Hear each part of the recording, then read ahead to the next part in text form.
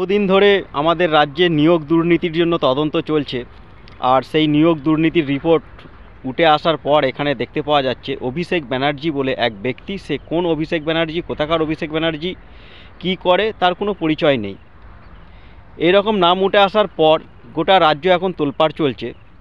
ওই অভিষেকের আইনজীবী উনি আবার বলেন কিনা যে আমার মক্কেলকে হেনস্থা করা হচ্ছে, আমার মক্কেলের সম্মান নিয়ে ছিনিমিনি খেলা হচ্ছে। আবার আজকে আবার অভিষেক নিজেই আবার প্রকাশ করছে যে এরকমভাবে আমার নাম নেওয়ার ক্ষমতা নেই। তাহলে কোনো একটা জায়গায় আপনি নিজেই পরিষ্কার করে দিলেন যে ঠাকুর ঘরে কে, আমি তো কলা খাইনি। যে সমস্ত ছেলেমেয়েগুলো আজকে রোডে বসে আছে সেটাও সেই আপনারই জন্য। যে সমস্ত ছেলেমেয়েগুলো চাকরি করছে অথচ সন্দেহর বেশে চাকরি করছে মনে ভয় নিয়ে, সেগুলোও সেই আপনারই জন্য। তার জন্য দায়ী আপনি। আজকে বড় বড় কথা বলছেন।